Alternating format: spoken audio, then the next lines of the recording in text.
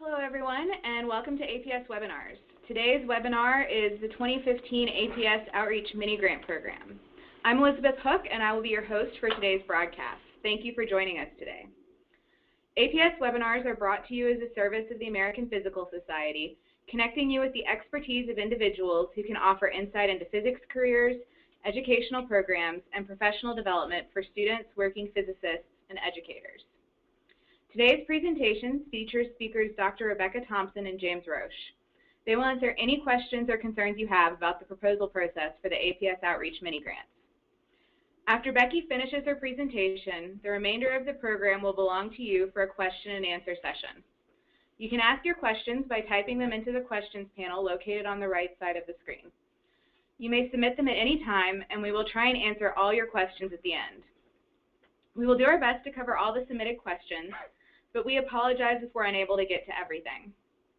Finally, a link to the recording of the presentation will be emailed to you after today's event and will be made available on the APS Mini Grant website. Please allow 24 hours for the video to upload. And with that, we're going to go ahead and get started. Moderating the discussion today will be James Roche, Public Outreach Specialist for the American Physical Society. If you have any questions about grant administration, direct them to James. Should you receive a grant, he will be your new best friend. And with that, I'll turn things over to you, James. Thank you, Elizabeth.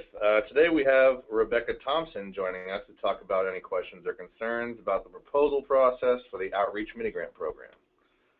Becky Thompson is head of the Public Outreach Department for APS.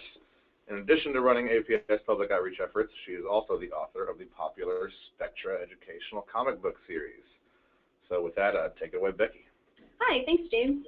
Welcome to the Outreach Mini Grant webinar. This is the first time I've done a webinar, so please bear with me if I talk fast or screw up, or I'm not used to doing this not in front of a live audience. So thank you guys so much for joining us. I have just a few slides to cover the most basic questions, the questions that everyone seems to have. And then really the rest of the webinar will be up to you to ask questions, find out more information, and really, answer, whatever questions you may have. So just let me start by saying what the goals of the Outreach Mini Grant Program are. First and foremost, we want to fund and encourage outreach programs. That is clearly the primary goal of this program. We also see this as a bit of an experiment. We're willing to fund some of the off-the-wall crazy ideas such as steampunk mini golf and the Intergalactic Travel Bureau and things like that maybe other organizations such as NSF will shy away from. We really do want to see this as an experiment in outreach and see what can draw people into physics, even if it's fairly non-traditional. We also want to promote the value of outreach within the physics community. We know, and I'm sure that you all know as you're outreach enthusiasts as well, that a lot of times outreach is seen as something you do on the side, detracting from research. It's not. APS is trying very, very hard to change that perception within the physics community, and we're hoping these mini grants will be a step in that direction. So I'll start by telling you a bit about the review process. This is, so you know where your proposal goes once you submit it to me via email. So first what happens is the proposals get sorted into different groups. It's 6 different groups. And then each group of proposals is reviewed by 2 people on the selection committee. And the selection committee is composed of the Committee on Informing the Public, as well as key outreach staff. And 2 people will review each of your proposals in the first round. From that, each team of 2 people will suggest their top 3 or 4 proposals from their group to go to the committee as a whole.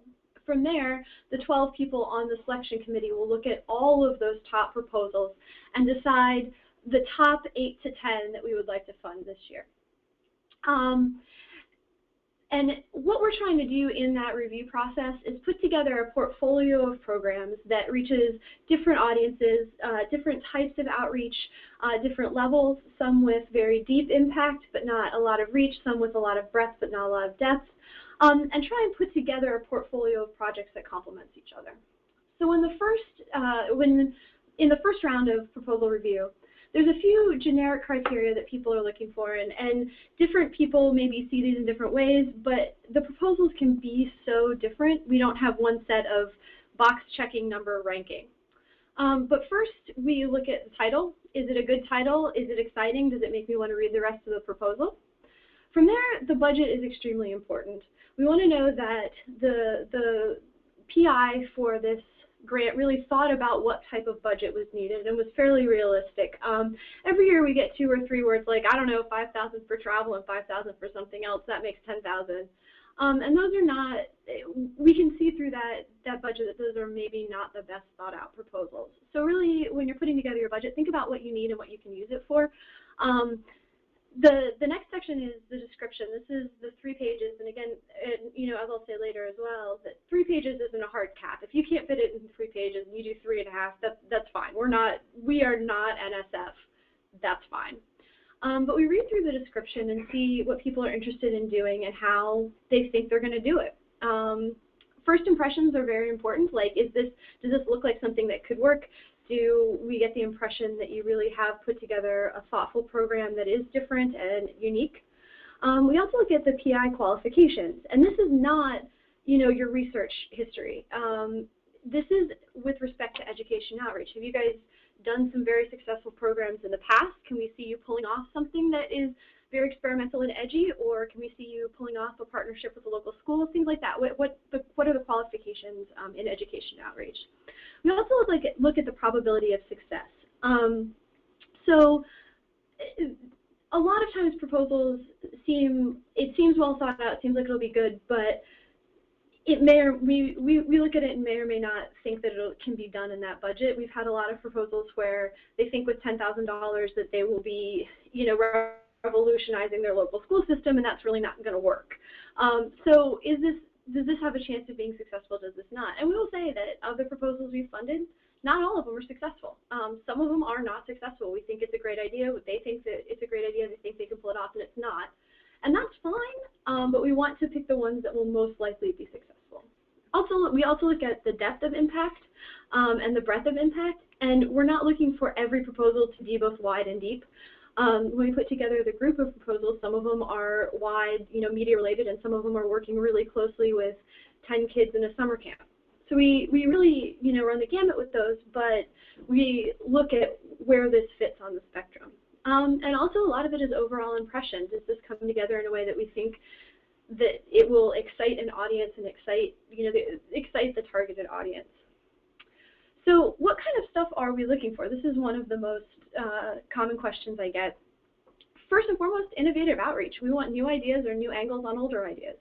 We funded summer camps. We've also funded, you know, mini golf and holiday greeting cards and puppet theaters, a little bit of everything. But the one thing they have in common is it's different and new. It's something you're not going to find everywhere. Our money is going to try something different, and that's really important.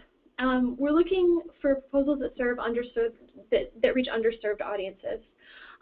There's a lot of definitions you can use for underserved audiences, but we do want to make sure that we're reaching audiences that wouldn't otherwise be exposed to physics. A lot of times people submit proposals where they say, if we, you know, get this APS grant, we'll have matching funding from the university. If that, in your case, is something that you can, you know, you can honestly tell us that can happen, please put that in the proposal. If our $10,000 is really going to become 20 or 30, let us know, because that's extremely important.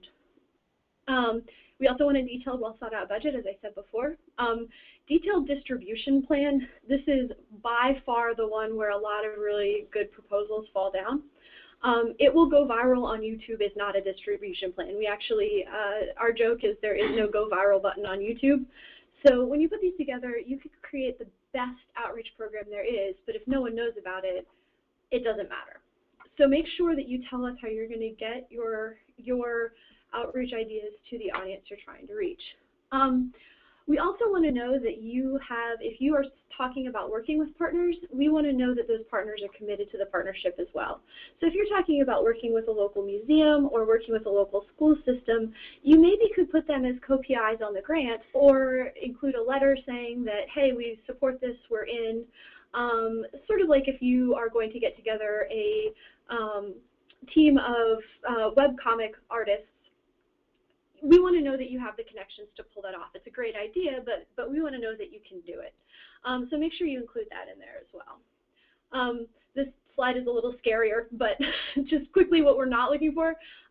We, in the past, and every year we get a proposal or two that's incomplete. It basically looks like a business idea pitch, and it really should be more of an actual proposal. Don't forget things like your CV, title page, and again, 3 pages for the narrative. It's not a hard cap. Take the space you need to tell us what you're going to do. That's fine. We just wanted to give you a guideline so you knew it wasn't like a 13-page proposal. It's more just a 3-page narrative. K-12 through curriculum and formal education will not be funded. Every year we get 2 or 3 people submitting proposals saying they're going to go in and teach a series of classes to their local 3rd grade, which that is an awesome endeavor, and we absolutely support that, but that's not the goal of these particular grants. We're happy to help you find funding in other places, but that's not going to be the goal of these specific grants. Be careful of overly ambitious projects. We want innovative ideas, but things like Tesla coil jousting, probably not going to be able to do that with $10,000 and limited staff time. But if you do think you can pull off Tesla coil jousting or something huge like that, know that we're going to need to see a really good detailed execution plan in your proposal. And if it's there, we'll definitely consider it. Just be careful to make sure that you're not kind of overreaching what you can do. When you're putting together your proposal and getting your ideas together, please take time to review the current APS outreach programs. We do a lot of our own outreach programs in addition to helping members. And we don't want to fund programs that kind of double what we're already doing. Take time to look at our Physics Quest program, look at the Physics Central website, learn about Spectra, our laser superhero comic book series. Take some time to know the things we're already doing, and if you do want to propose something that's similar, make reference to what we're already doing and tell us how your program will complement ours and not really double it. And just keep in mind, and I hate to say it, we get about 80 proposals a year and we can fund roughly 10. We have to reject many, many strong, wonderful proposals. It kills us every year. And in many cases, a proposal was great. I couldn't have offered any review as to how it could have been better. You know, the committee, all the reviewers couldn't say these are the things you need to do to get it funded.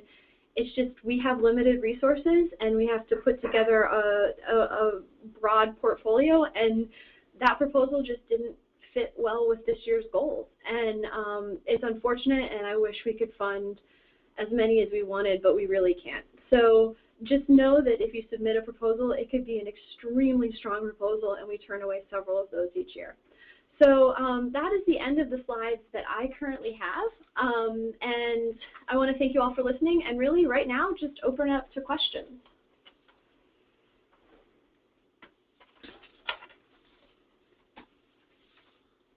If you have questions, you can go ahead and type them in the right panel, but in the meantime, I'll go ahead with some frequently asked ones.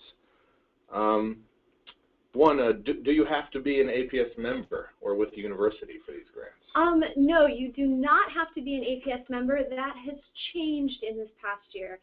In the past, you have had to be an APS member. But this year we had some funds from NSF, and that restriction is gone. We've had private citizens submit proposals. We've had people from national labs submit proposals. We've had for-profit companies submit proposals about how they're going to take what they do to a broader audience for free. We've had SPS students, undergrads, grads, postdocs, all levels. So we're not looking for the tenured faculty position who will do this as part of their broader impact or things like that. But really anybody that's interested in doing successful outreach. So there are no restrictions. You mentioned proposals that were a better fit with this year's goals. Could you speak more on what the goals for this year might be? Each year we get a broad range of proposals, but sometimes, you know, for one year we'll get 3 or 4 for planetarium shows, and while all 3 or 4 were very, very, very good, we also want to reach beyond just planetarium shows. So that may have been not phrased as well as I would have liked, but there could be very good proposals that just are either, you know, doubling some other ones we want to fund, reaching similar audiences. A lot of times we'll end up with a situation where we have 3 or 4 good proposals that are all targeting, you know, 6th grade girls, and we want to broaden that out to make sure we're reaching as wide an audience as we can. So it really, a lot of it is putting it together into a 10 proposal portfolio that will in fact reach a very, very diverse group. One of the bullets said matching. What about matching funds? Oh, that's what I meant. So the idea is, like this past year we had one that was a great example where someone had submitted a proposal for a planetarium show.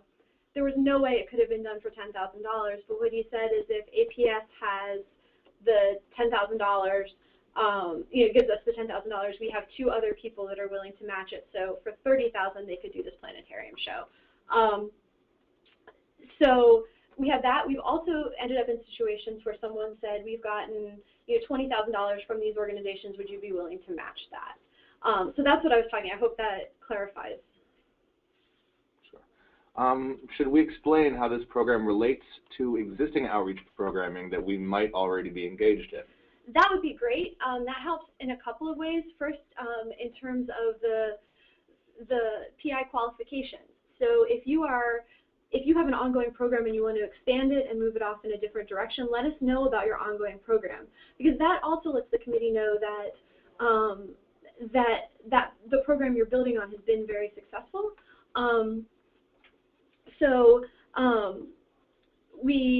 We do want to know that. Definitely tell us, but tell us how this is going to be an expansion from the programs you're already doing and not just a continued funding. So if you have a program that is about to lose funding and you want to get, you know, continue it, try and look at it more. What are the APS funds going to do to expand the program you're already doing? So we're not kind of like we're not going to fund continuing programs, but if you want to expand continuing programs, that's cool. That's a very similar question right here.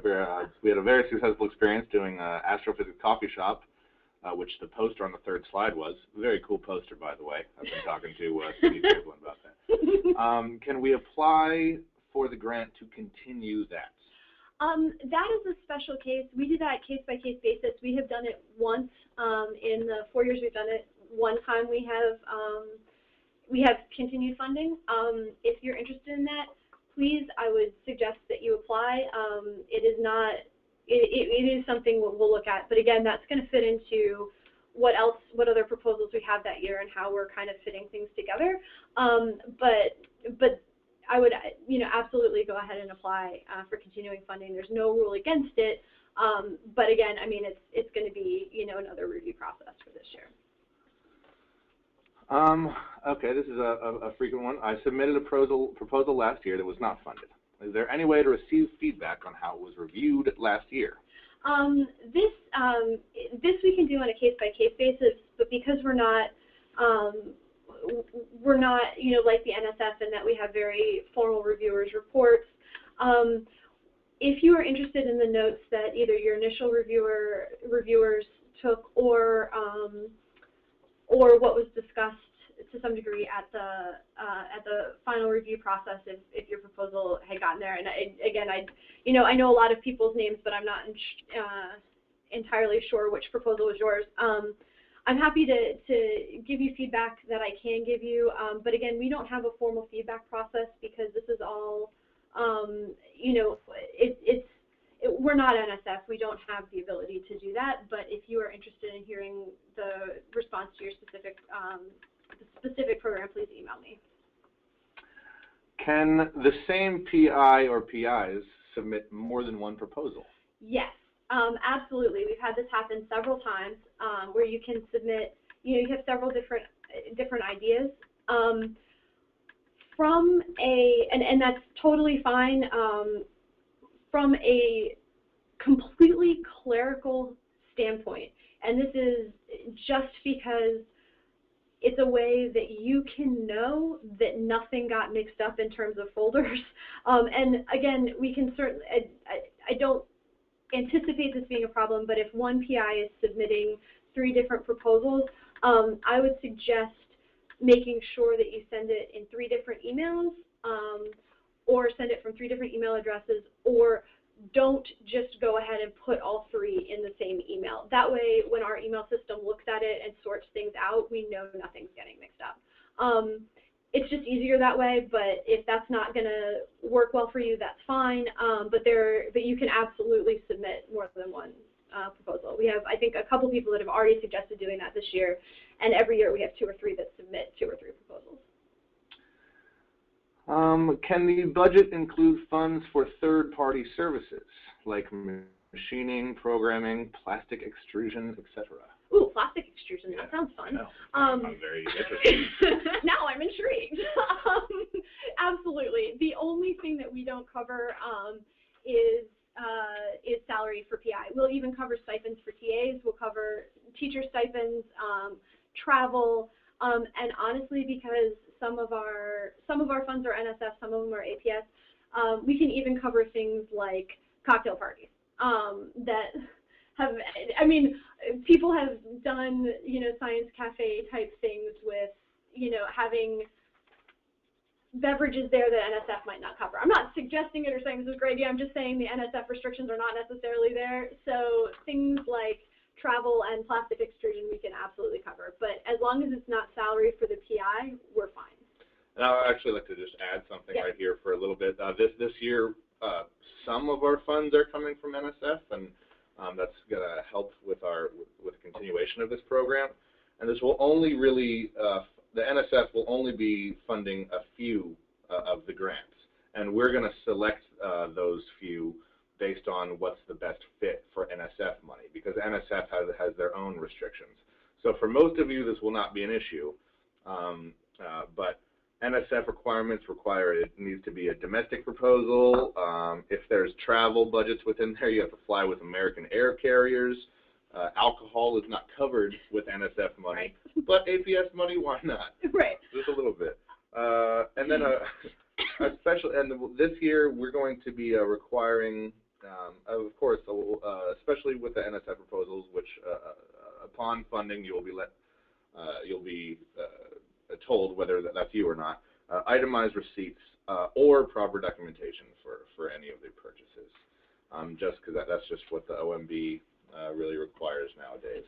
Right. And again, don't let the NSF restrictions restrict your ideas or your proposals. Absolutely not. But we, if you are going to be funded, we may get back to you and say, hey, just so you know, you were one of the NSF proposals. When you travel, you have to do it with an American air carrier or things like that.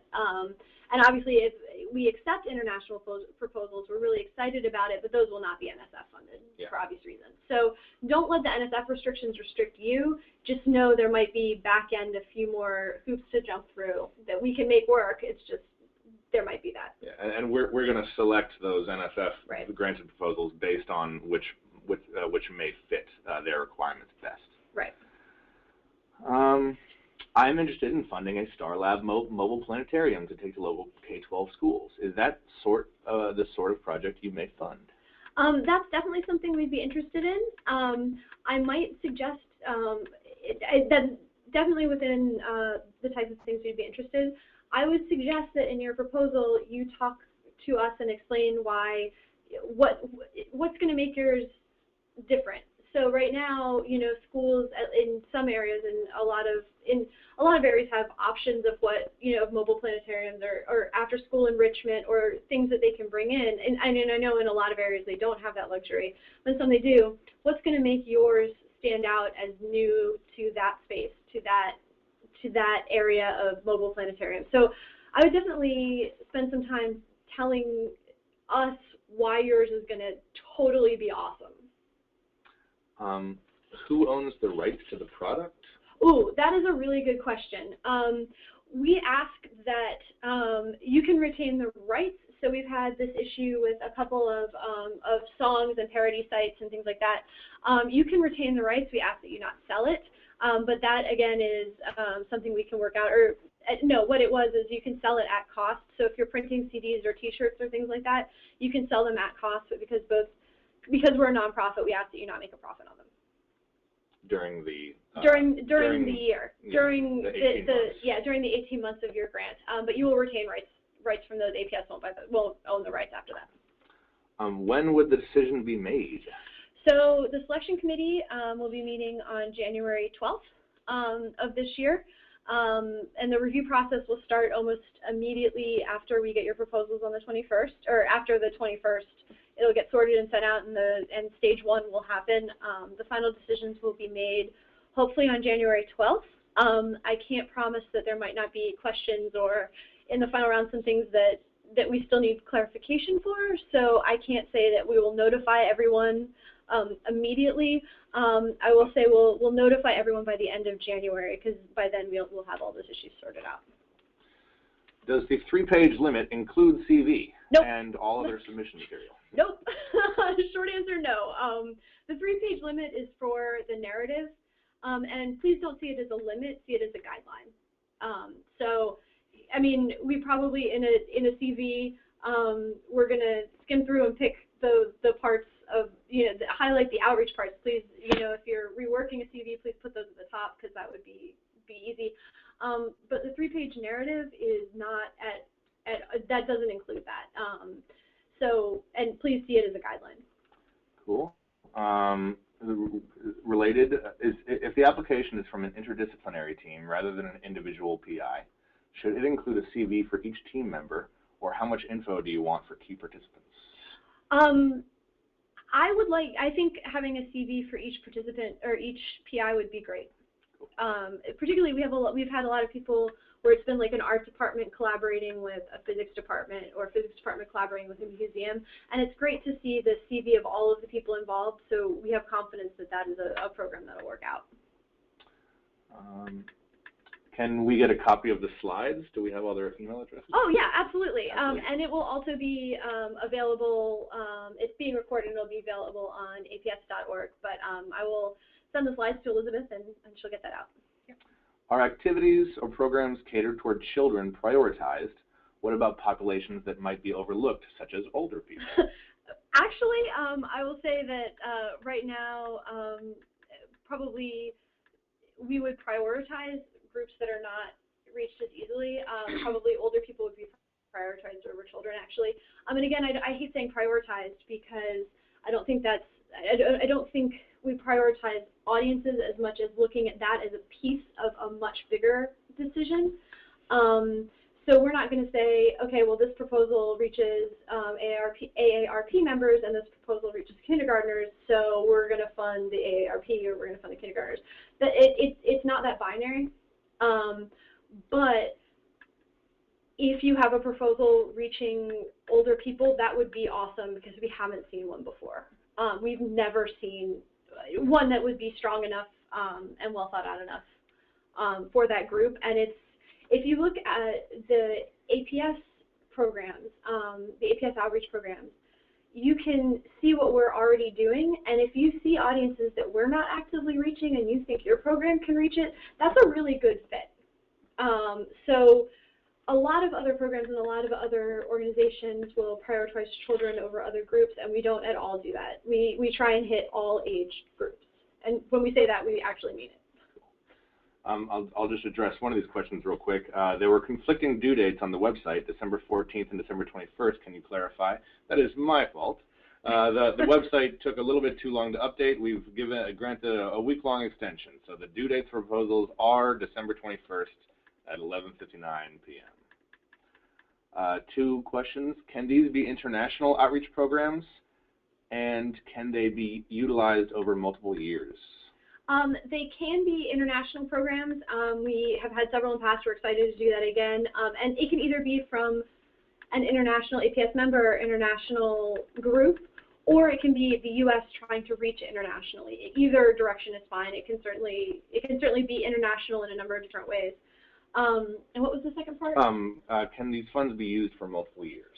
The term of the grant is 18 months. If you see this being something where you would utilize the $10,000 over 24 months, put that in your proposal so we know what type of time scale you're looking at. I don't think we'd have any problem saying $10,000 spread over 2 years or something like that. That's not going to be an issue from our end, but please put in your proposal that that's going to happen. In many, many cases, we've granted extensions just because, as is always the case in outreach, it's well thought out. You're sure this is going to happen. You're sure this is the way it can go. And all of a sudden, everything goes wrong, and it's taking you twice as long as you thought it would take. And that's fine, and we're happy to work with everyone to make that happen. If you know it's going to be about 2 years or 2.5 years, please just let us know in your proposal up front, because that'll make all of our accounting a lot easier. You mentioned no salary for PIs within the proposal. Can a budget provide funding for a student or non-PI who may be incorporated into the project, or is everyone a PI? Everyone isn't a PI. We just mean that, yes, absolutely, students, interns, stipends for teachers, all of those, totally fine. We just mean instead of getting, your university salary from university and NSF, it's not, part of that's not going to come from us. But anything to hire students, interns, summer students, summer programs, that's totally fine. And honestly, if we like your proposal and in that budget line item you have something that that is not something we fund, we're not going to kick the proposal because of that. We're going to email you and say, hey, did you know this? Can you rework? So even if it is something, even if you're kind of questioning it, or if we're questioning it, we'll get back to you. Again, we really want these to succeed, and we want your proposals to be good, and we want your proposals to succeed. So we're going to do everything we can to make that happen, and not just going to throw it out because you've put $2,000 towards something we can't fund. Okay, we got a question from a postdoc submitting a proposal. Do I need proof from my institute that I can use some of their facilities? That would be great. It should be part of your letter of support. So part of the proposal, if you're from a university or working with groups, it asks for you to provide a letter of institutional support. We do this because we don't want professors or postdocs or grad students or undergrads applying for our grants and then having their university tell them they can't spend their time on this. So we want to know your university is absolutely behind you doing this, or your organization, national lab, company. In there, if you are going to use university facilities, that letter of support should say, you have departmental support. By the way, you can also use our machine shop. So include that in that letter. How do you manage the accounting? Do you pay everything up front, or must the project operate on a reimbursement basis? We pay everything up front, and we're very different about this than a lot of groups, and I'll tell you why we do that. A lot of programs can't get started unless we provide that funding. So if you're going to buy planetarium show equipment, if you're an undergrad who is paying to be in school, you don't have the upfront money for that. And so we want to make sure that everybody kind of has access to this program, not people that already have grant funds and things like that. So it all goes out up front. What that means is we hound you to no end to get your final reports in, to get all of these things done. That's why James is going to be your new best friend, worst enemy. But we do pay it all up front because we know the way costs for our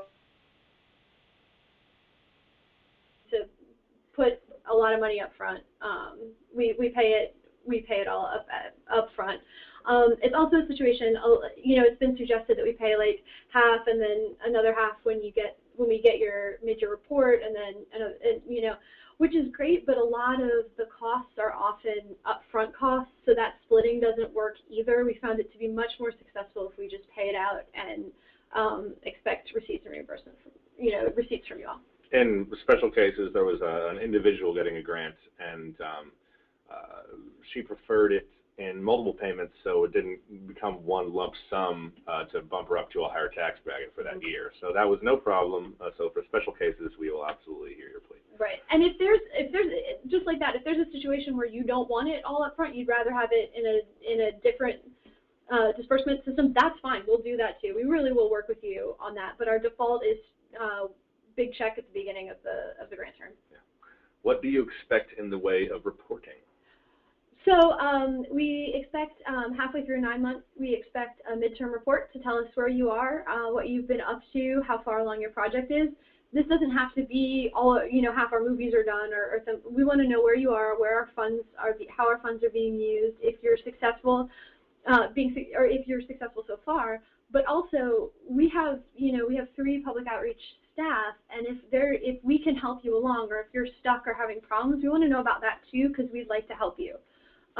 We'd like to do what we can to make everything successful. So we require a mid-year or midterm report, and then a final report after 18 months to tell us what you've done and everything, and that will go, on our website and eventually in an outreach guide.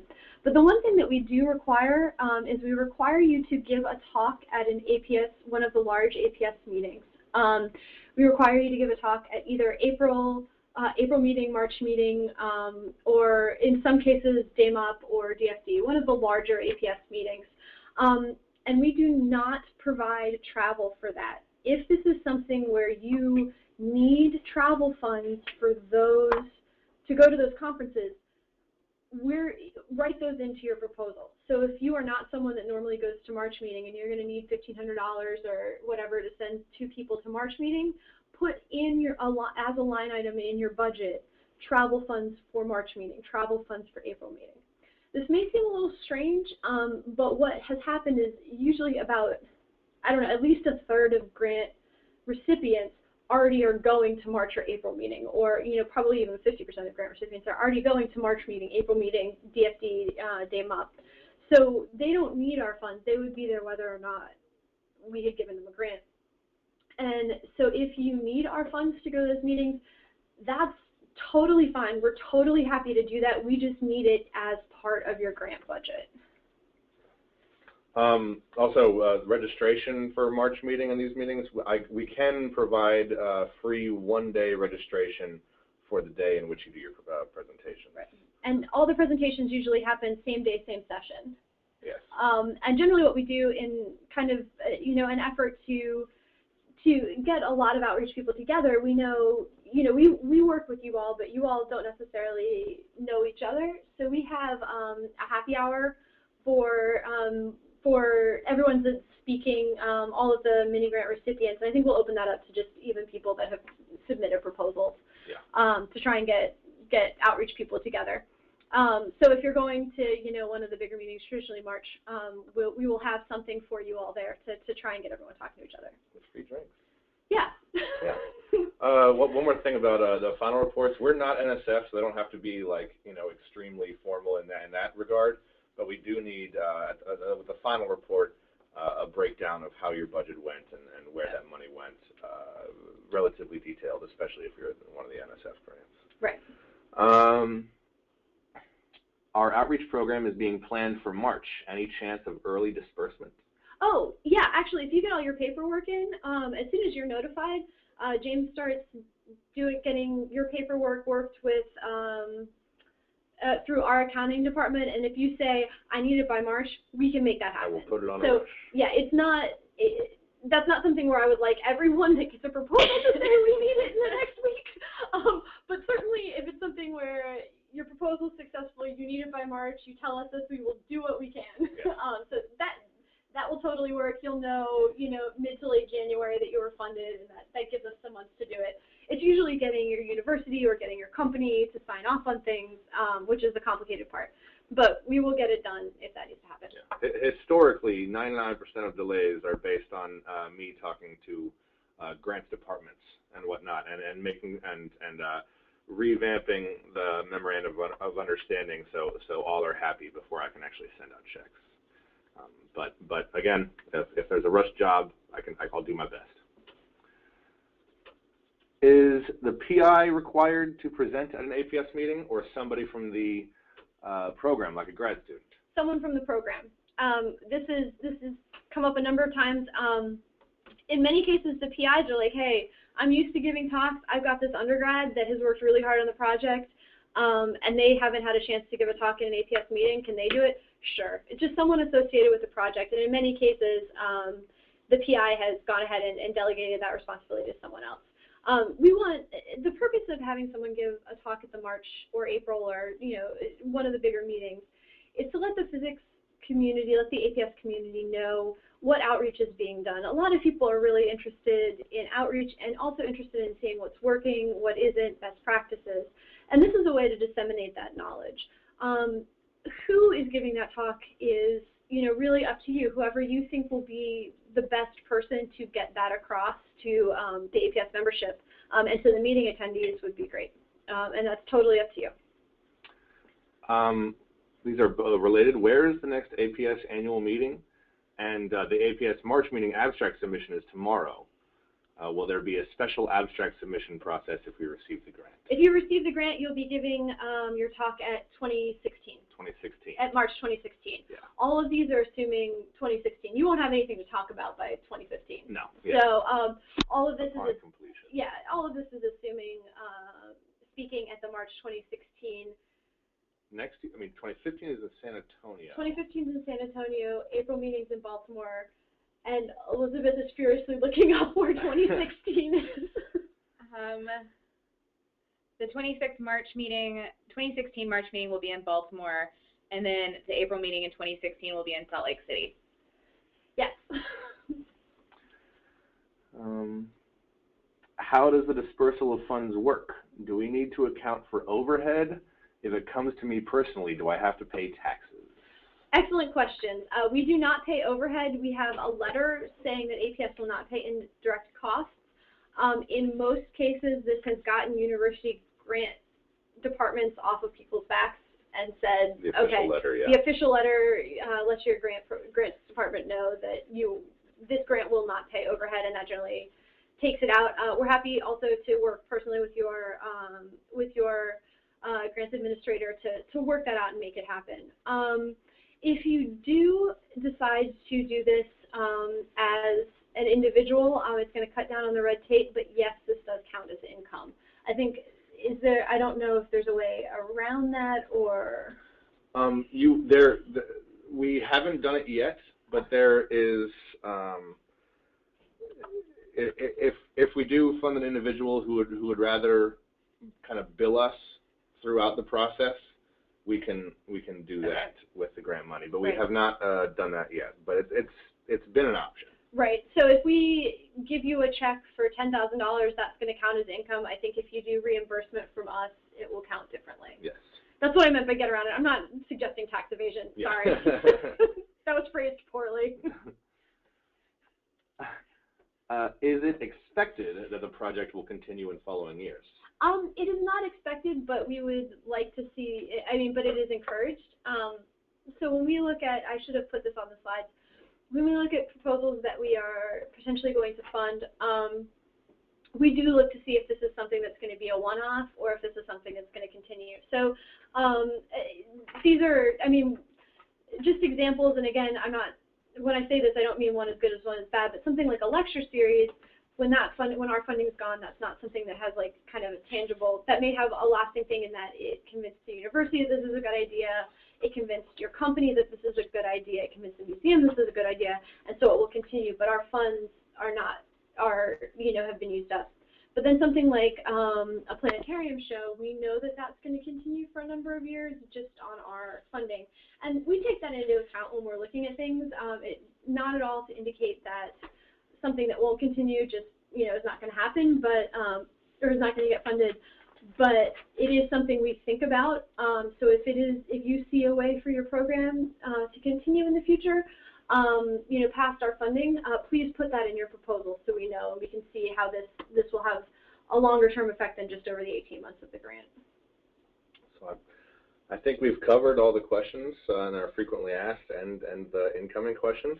If you have any more, please don't hesitate to email myself